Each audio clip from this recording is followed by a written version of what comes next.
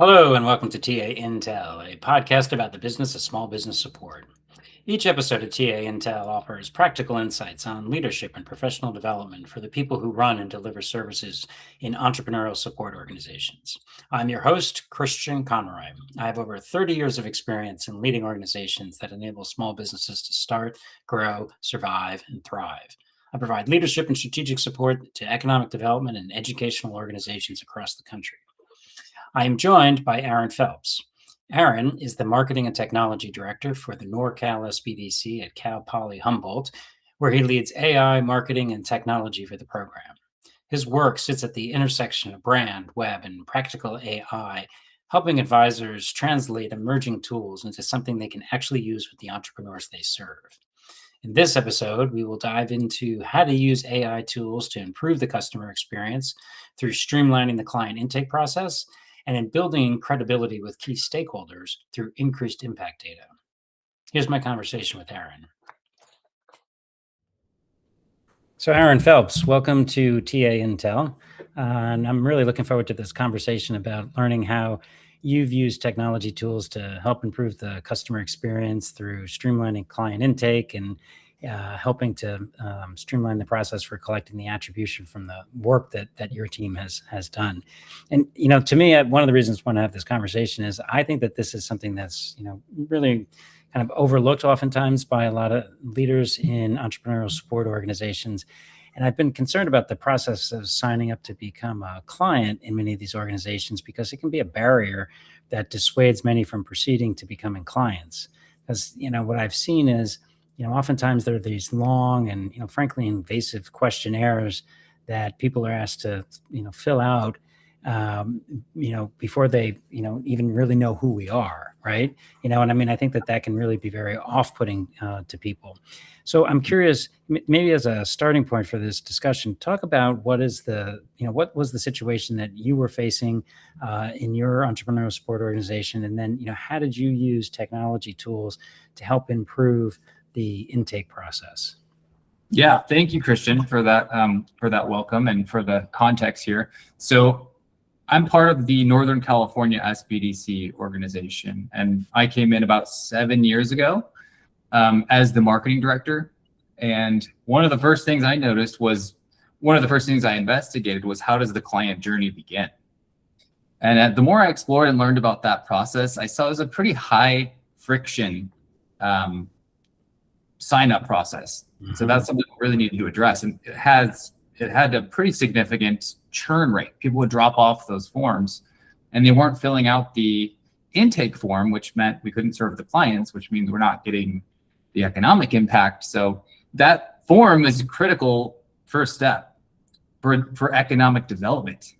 These forms are more than just a web page. It is the step for a business journey, which means jobs, which means capital, et cetera. So yeah, I got started by just looking at the digital landscape of what we required clients to commit to get the initial data in order to serve them and learn about their business. And it was a lot. So that's where it all began. This is about a 2-year, I'm going to make this quick bullet points. There's about a 2-year period where looking at a conversation with our database CRM parent organization to develop an API, which is basically like a walkie-talkie, if you want to put it in, if you wanted to describe it. What is API? API is application protocol interface. I think that's what it is. I'm not super technical. Okay. So I'm going to give you just my own framing for it, but it's a bridge basically to connect one piece of information to another. Okay. That's the best way to think of it. And so we wanted to connect our website to our database. Because the previous way of signing up clients, it was all on the database. They had like a front end for clients to fill out. And it was, not only does it not create the brand trust that you pointed to when you said they barely know us, but it also was just a cumbersome form and it wasn't well designed. So when you're trying to get people's attention for 20 minutes to fill out a form, good luck. And that was really where we started the process of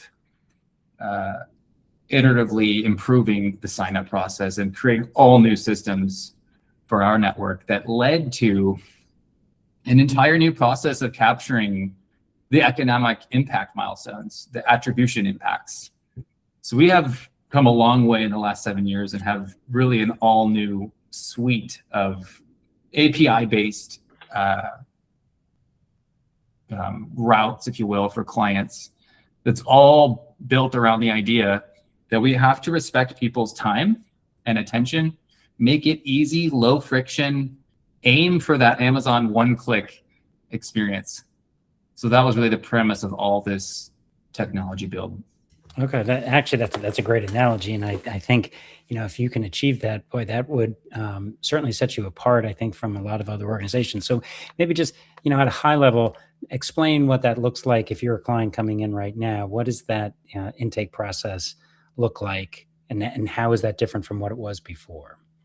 Yeah, so my goal was to create a branded experience for the sign up. So it was a SBDC branded sign up process, not a part like a collaborative marketing with the CRM company that we're a part of. I wanted to own that whole process so that when they finished the form, we had all the data to say who came into the form, who finished the form, who are they, which was a huge benefit to have that picture of who's coming to our website and who's finishing the form, instead of it kind of just being this, ethereal. We can see the drop off, but we don't know who it was.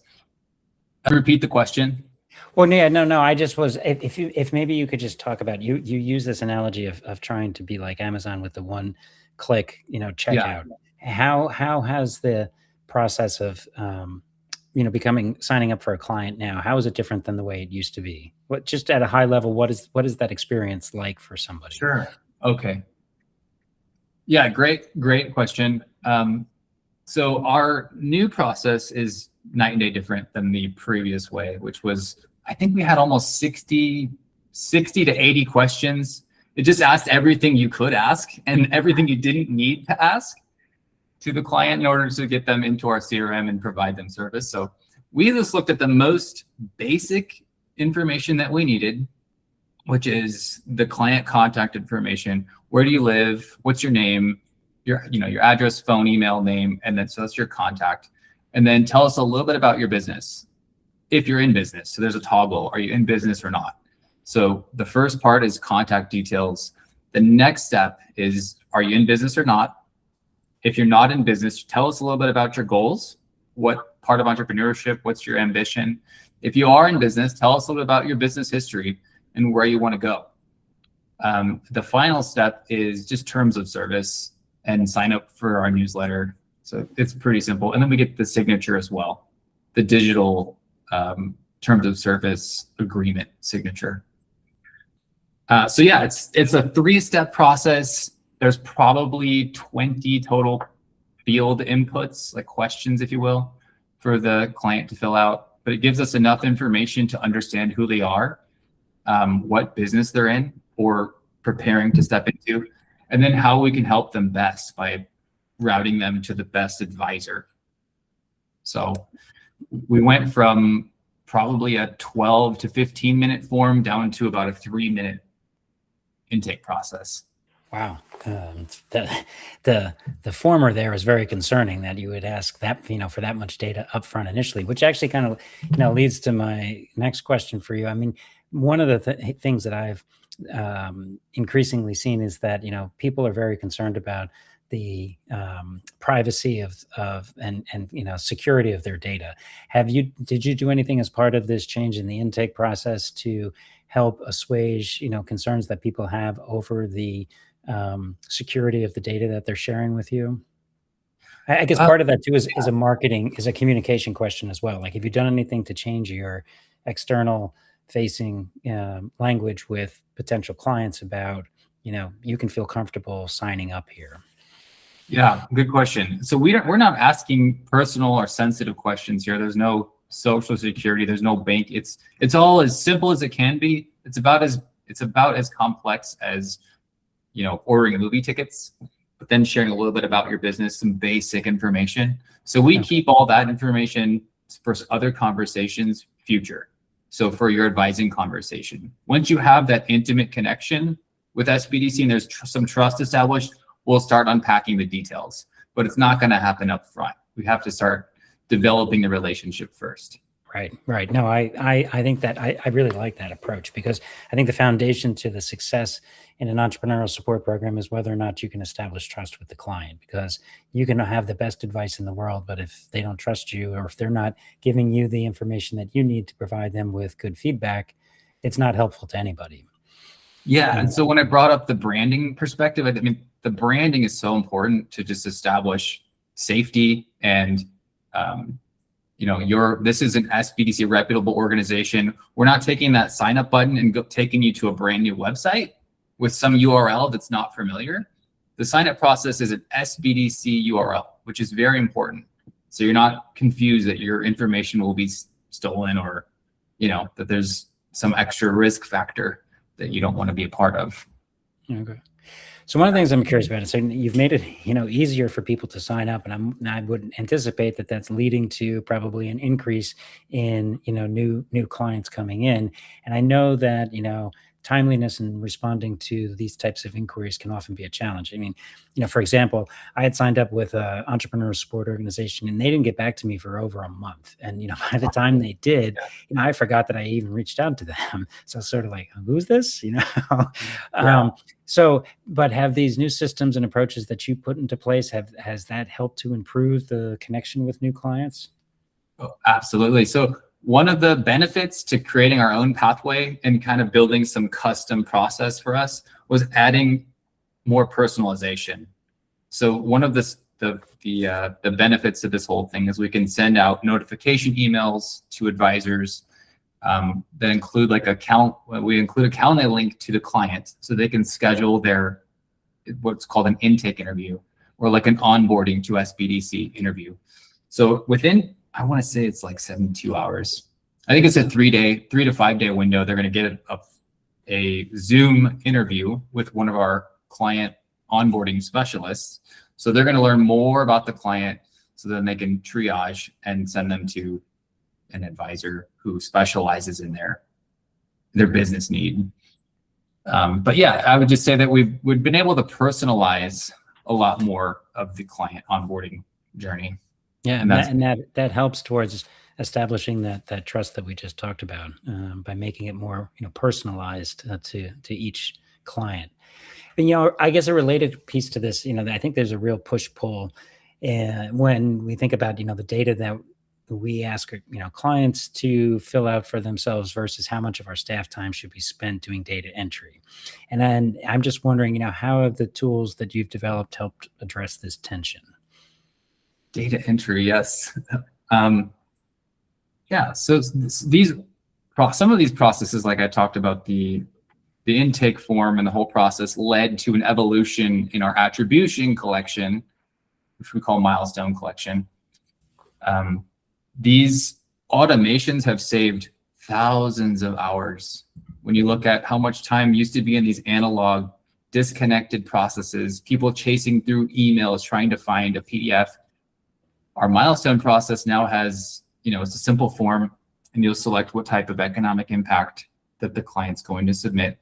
They'll fill out a simple form, just like our intake form. It's designed to be as friction-free as possible, just asking for the basic information that provides enough context so that we understand what those impacts are, and we get all of our compliance squared away, which is attribution statement and the time, dates, etc. Once we have all that data moving through our pipeline, we route notifications to the advisor to review that milestone submission. It also gets sent to the center director to approve the milestones. And then we send a thank you email to the client.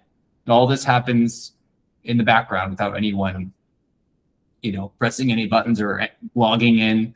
It's all an automation that was built to add a lot more dynamic data moving to where it needs to go.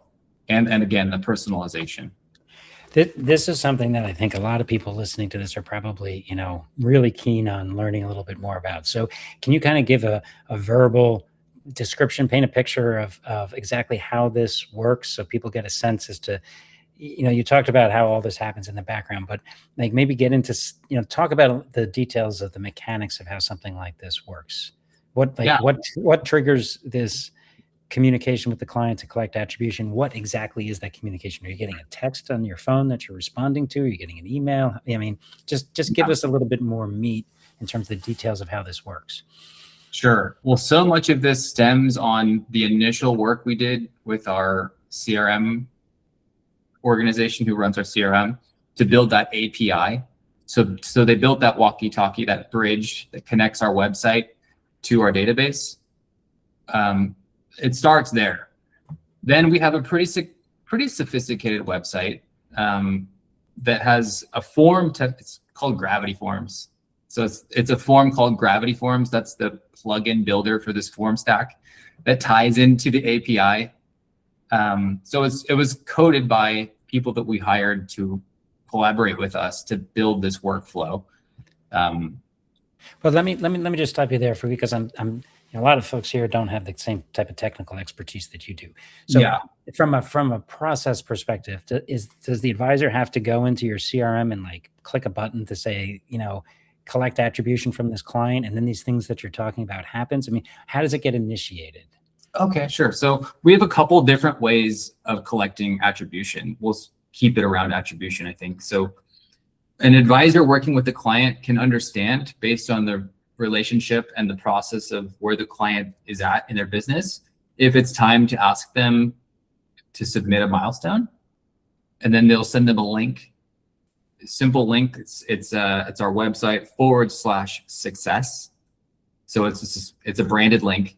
Then they'll go to that page and fill out the form, and then they'll share their impacts. There's one way. It's just the relationship with the client, understanding now is a really good time to ask for them to fill out this form. So that link would get sent through either email or text. Yes. Okay. Yep. All right. In our forms, everything's mobile responsive, and that was another big reason we did all this change, was so we could basically modernize and be mobile responsive. Be on people's phones, because people are on the go. They're not always at a computer. So one way is the advisor knows that it's time to ask the client, and another way is we do these annual surveys. Our network sends out an annual survey that's through our CRM, and it has a link to the success form. And then we have a couple different ways of doing it, but it's basically one-to-one counselor to advisor, and then we can batch or do bulk sends through either Neosera or Constant Contact.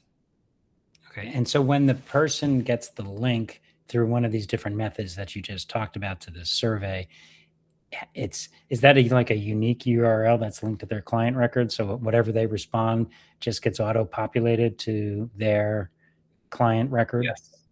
Yeah, they'll fill out their basic information, their name, email, and phone. And then once they click submit, it'll pull their client record. Again, this is using the API, but it'll pull our database to find their client record, and then it'll show them their business. And then they will, continue and enter in the different fields related to their business impact. Okay. All right. One of the challenges I can imagine, and I'm wondering if you've run into this. I mean, I've got a dozen different email addresses, and I can never remember which one I use. So does this prompt them in some way? Like, it's Aaron Phelps at, Gmail, or it's Aaron at Phelps.com. Yeah. Or do people have to keep trying to, remember which email to put in to the form? Yeah. Well, a couple of things on that. We did some troubleshooting to solve for that, where people would have more than one email or they wouldn't remember.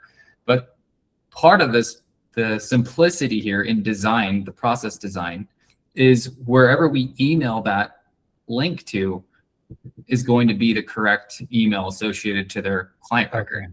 So they're going to click the link, and it's going to populate that page based on who it was sent to. Yeah, I mean, it's funny for people who are kind of like Luddites like me, it'd be helpful to even have in there, like, we sent this to your, use this email address to, respond Right. or something. Yes. Yeah. And so we're also in the works of developing some other processes to continue the personalization and the modernization and make it as easy as it can be. Like I said, the Amazon one click is the North Star for the client experience we're trying to achieve. Yeah. Okay. So a related question is, so you have this, I love the idea of this, form that you have, that it makes it easy for people to be able to share the impact that you've had. Have you done anything using, this tool or other, technology tools to help generate success stories? Because, these are so important to building the support of our key stakeholders and funders. And I'm just, have you done anything that's helped streamline that process? Yeah. Good questions. We had 18 different SBDC centers across a 36 county footprint in Northern California. So since the build of our new website, we've had probably 350 success stories uploaded to our network of websites. Because right now we're managing, every center has their own website. It's just websites left and right. We've got like 22 websites we're managing. So there's a lot of stories on there, and they're not all written as to the high caliber that we want to present online. So something I did was build a script in Google Scripts. So you can think of this as just writing a little piece of code that goes and finds all the success stories as part of our NorCal SBDC network. It finds all those stories and it brings them into a Google Sheet. And then from within the Google Sheet, there's a second part of this script that analyzes the stories for things like data was a big piece. We want to have data storytelling, as well as that emotional success of people starting their business and the testimonials. But the data is a big one. We want to be talking about economic impacts, jobs, the things that we're funded to do. So this script would go through and analyze and basically sort and grade the total 300 stories. What's a good story? So it gives like a score on a percentage of what's a good story and what needs work. And then I have another piece of the script. The third piece is a rewrite. So now I'm using Claude by Anthropic, and this is probably like almost 2 years ago. It was one of my first really exciting projects working with AI and working with Claude to do some analysis and some rewriting. And that tool was really fun and exciting to work with, to see how we can reimagine and templatize our storytelling process to create high quality, consistent, and on-brand success stories. And I think there's a lot of opportunity to do that across the advising landscape. Right. So with this, is this something that like you and maybe your team are responsible for doing these success stories, or is this a tool that any of your advisors can use? I guess I'm wondering, like, how much knowledge and experience do you need to be able to do this? Is it, is it foolproof that any advisor can use this to go write a success story, or is this something that you're using to help make your writing of these stories more efficient? Yeah, back then that was what I just shared. That's kind of an experiment, right? I just wanted to prove that it could be done. Okay. Since then, we built I guess it's a network platform to create like on-brand social media content, email communications, and advisor bios, as well as client stories.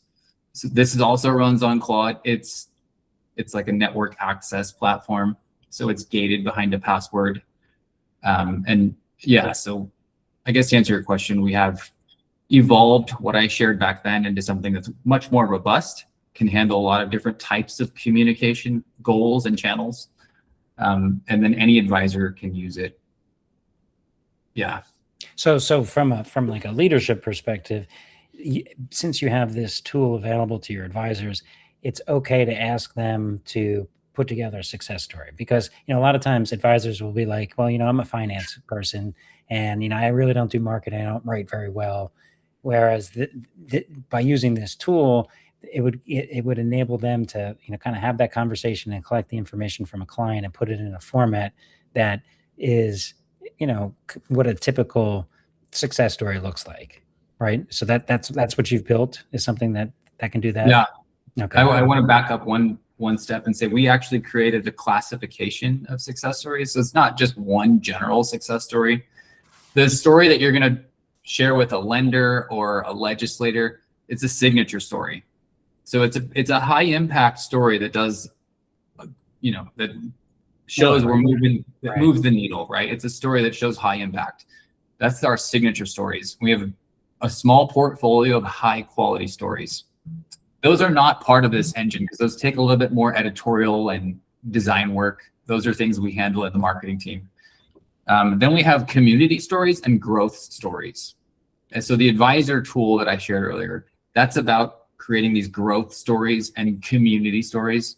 Okay. Growth is where you see someone gets funded for $500,000, or they got their SBA 504, or they hired 5 employees. But again, the signature stories, we're looking at 2-digit, millions of dollars, or many jobs, things that we would celebrate with like a legislative audience, or, To me, I just love that idea just in general of having these kind of different tiers of success stories, because that's really, I think, aligning your impact with the interests of your stakeholders. That in and of itself, regardless of whether or not you've got a tool to do it, I think is a great takeaway here. One of the other things I'm just thinking about is, have you, using these different types of tools within your program, have these helped in terms of cross promoting the different things that you offer? So, for instance, is this helping to promote educational events or other expertise that's available in the network, to meet the needs of clients? Well, we're in the prototype phase of that. Okay. A little early for this that question. Yeah, that's a great question. Okay. Yeah, because that's another area of opportunity that I see for a lot of organizations is, we get so busy on the treadmill of just seeing clients over and over again that we may miss opportunities to connect them with other services that we offer, or that, partners may offer, especially, cross promoting training or specialty programs that you might, or services that you might have within your organization. Yeah, well, you're so right, and that's why we've invested considerable time and resources into our website and into our communication platforms, because that's where it all happens. That's where all the connectivity is, and working to make sure that those opportunities are available to everyone who comes in our door is super important for us. Yeah. Well, actually, that is one thing I did want to, I think that's on the mind of a lot of people is, you said investment. So talk a little bit about what it took to implement this, time, cost, staff capacity, buy-in from leadership, so, what does it take if you want to do this? And then I guess, as part of this, you've been on this journey now for a couple of years, what surprised you in this process? Like, what were some of the roadblocks maybe that came up that you weren't anticipating? That's a loaded question. Okay. I'll say that we'll start here. We'll start with, the initial project started with this API development so that we could do a lot more with data and have a branded experience. Everything was built off that foundation. So it was really about understanding what tools we didn't have. I can't give you an exact price point, but we spent a good chunk of change to develop that API, but it's paid off, it's 10x, it's initial investment with time savings. I can give you real numbers too. I don't have them in front of me. This is something I presented at ASBDC a couple of years ago, like the magic of this API. I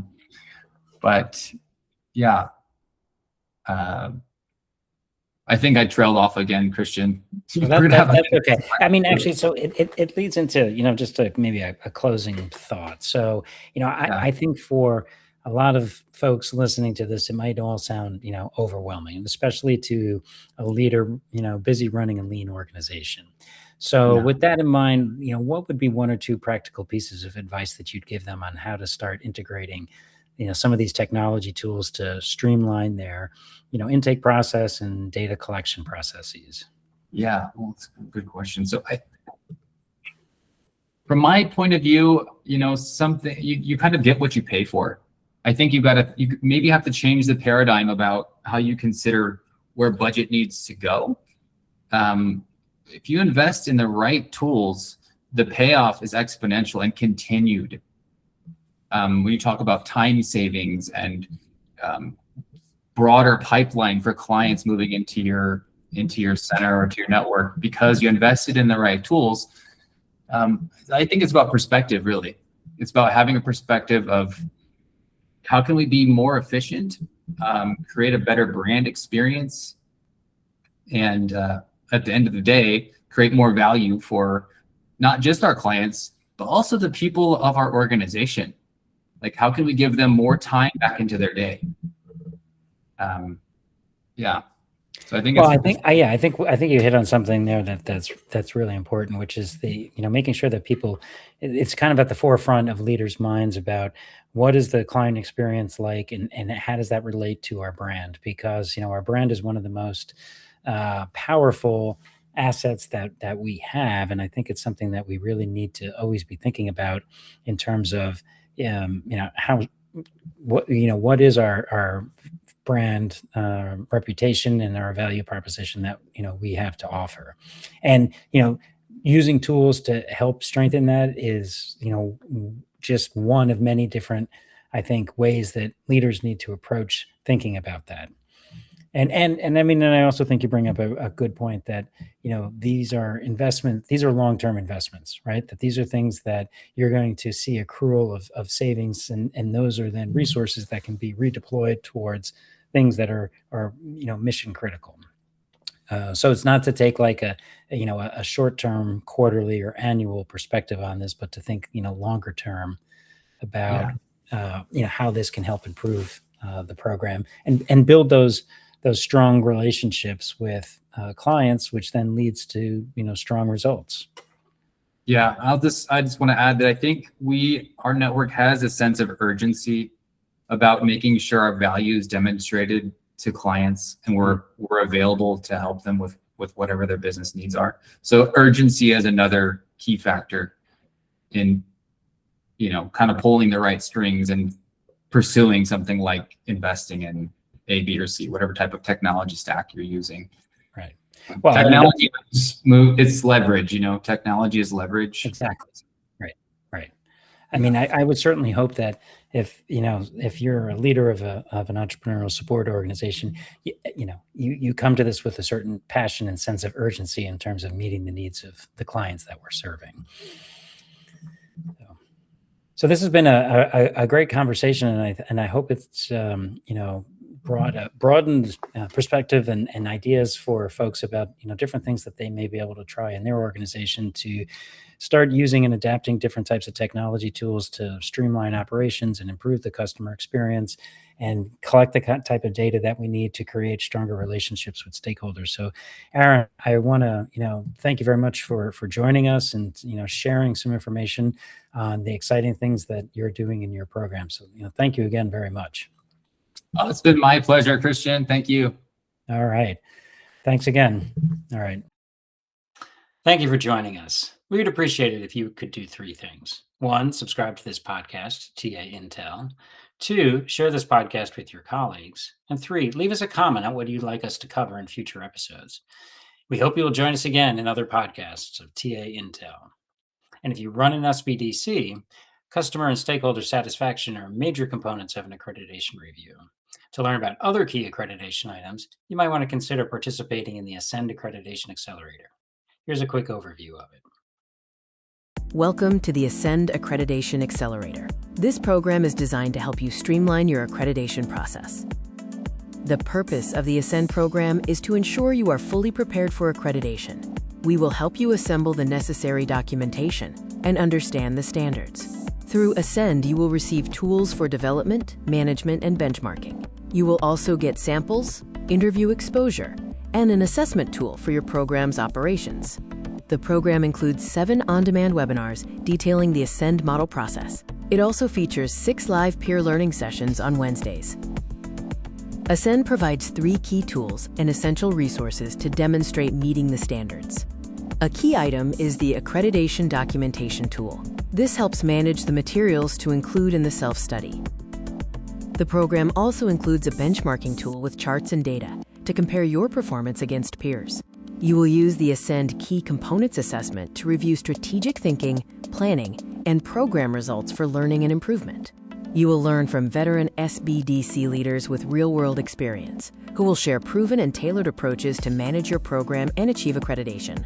Registration for the 2026 Ascend Accreditation Accelerator cohort is now open. Be sure to register before the deadline on August 7th. You can find more details and registration information at www.taadvisors.org/courses. For more information on the Ascend Accreditation Accelerator or any of our services, please contact Christian Conroy.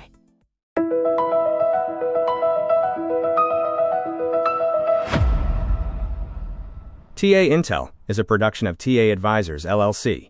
Copyright 2026, all rights reserved. For more information, visit taadvisors.org.